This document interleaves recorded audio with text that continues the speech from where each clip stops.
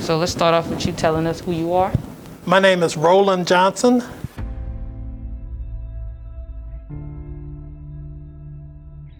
And I imagine I was about a 11, 12-year-old kid on my way walking to upper grade school in Detroit, Michigan.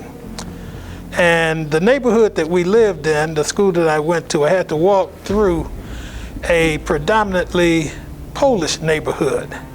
And I was always amazed at how immaculate these people kept their yards and their houses. And every day, like clockwork, coming home, they would wash down the outside of their houses and their sidewalks and their steps every single day. And I used to just be amazed, what is that about? These people are the cleanest people in the world. And I always had a lot of respect for that community. But one morning, as I was going to school, there was this young preschool kid sitting out in the yard of one of these houses. And I kind of, as I was approaching the house, kind of was wondering, what is this young kid doing outside by himself? And as I approached him, he looked at me and he said, "Hey, Mr. And it threw me back. That was the first time in my life anybody had called me a And from that experience, I learned that racism is a learned behavior. Somebody inside that house taught that kid that. And I was so mad at this little kid, I wanted to drop kick him into the middle of the next block. But at the same time, the reality hit me that even though what he said was something ugly, his intentions may not have been ugly. Because just like that was the first time that I was ever called a that was the first time in my life anybody had ever called me Mr. on top of it. So here you had like a combination of respect and disrespect all in the same salutation. So I learned to synthesize from that everybody that says or does something to you that might seem to be negative may or may not have a negative intent. It may just seem to be a result of the way they was raised.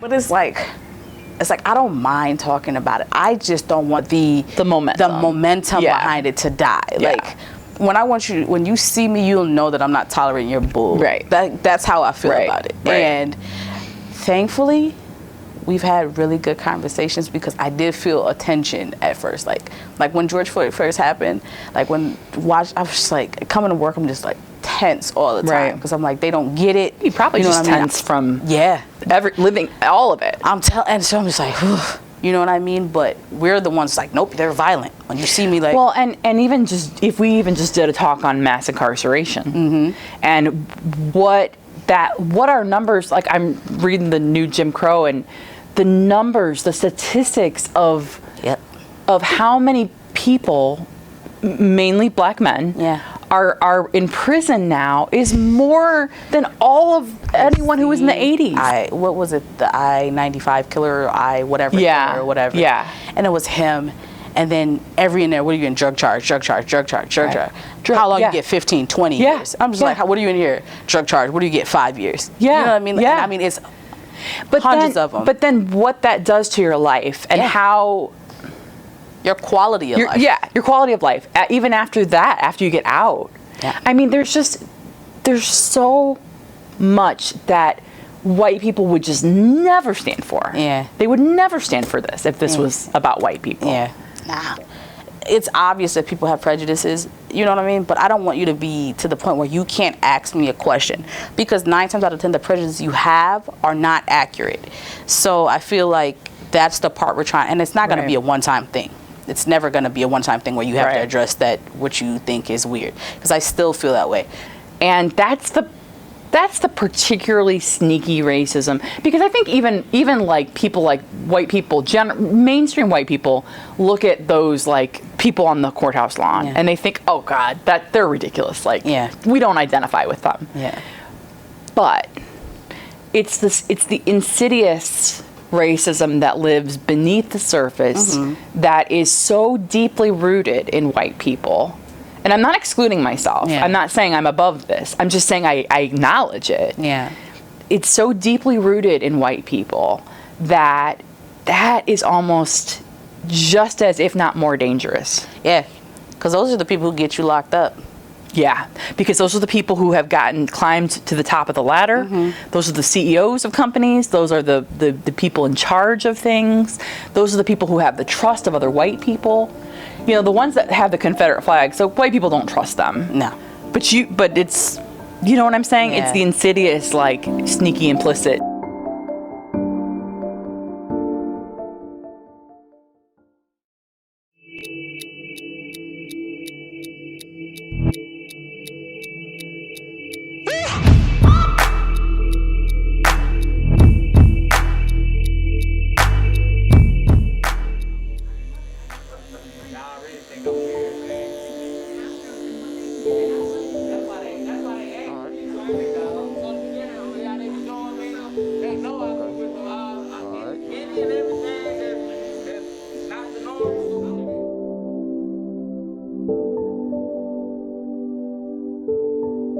I'm Kyree. Most of y'all probably know me by SouthPaw. A lot of people that know me know me. You probably call me Sport. That'll let me know y'all been knowing me for a long time.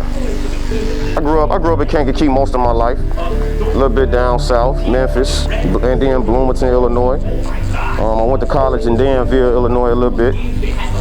Lived overseas a little bit as a youngin', over there in Germany, so, you know, I'm kind of like a navigator. But growing up in Kankakee, you know what I'm saying, it's not a real big city. Mostly everybody kind of know each other or know of each other. You do kind of see, especially living in a city like a Bloomington normal versus a Kankakee, Illinois, it's total different. It's probably more predominantly black in the city of Kankakee versus a city like Bloomington normal. It's a little bit more diverse. So you know what I'm saying? The culture may be a little different, the vibe may be a little different, you know what I'm saying? So racial tension, as far as what's going on like now, the Black Lives Matter movement, things like that, I cut all different types of hair.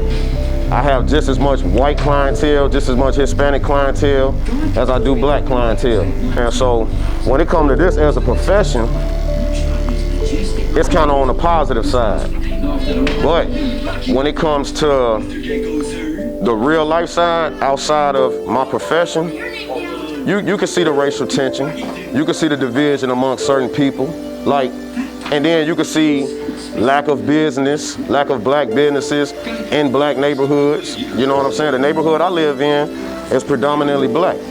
But when it comes to the businesses, where are the businesses? It's a reason for everything.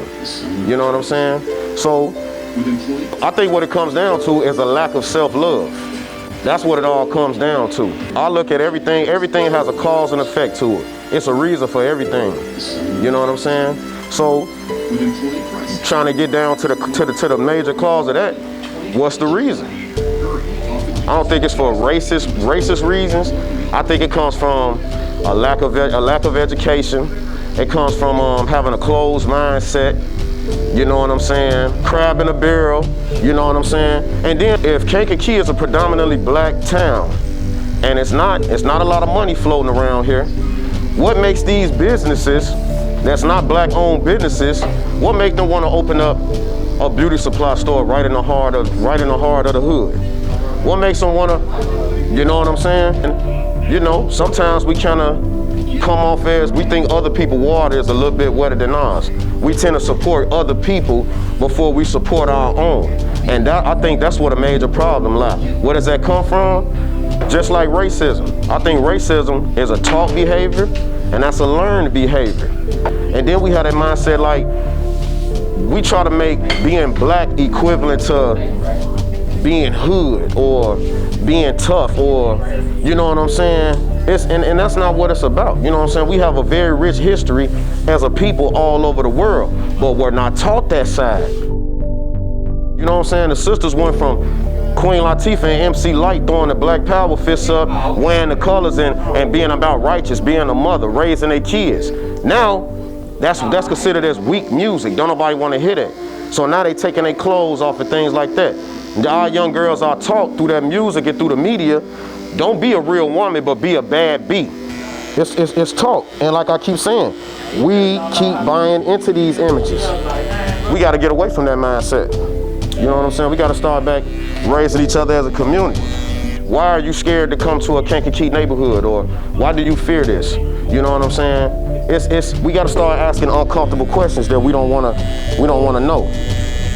Because let's be honest, for America to treat our people the way it does, they sure do love our culture. And we gotta learn how to disagree. We gotta learn how to agree to disagree peacefully. This a barbershop, we had debates every day, but we ain't in here trying to fight each other. You know what I'm saying? It's a science behind that. That shows you that we can disagree, and it might get a little feisty sometimes. But at the end of the day, hey, if all lives matter, all opinions matter too. And we gotta be open-minded.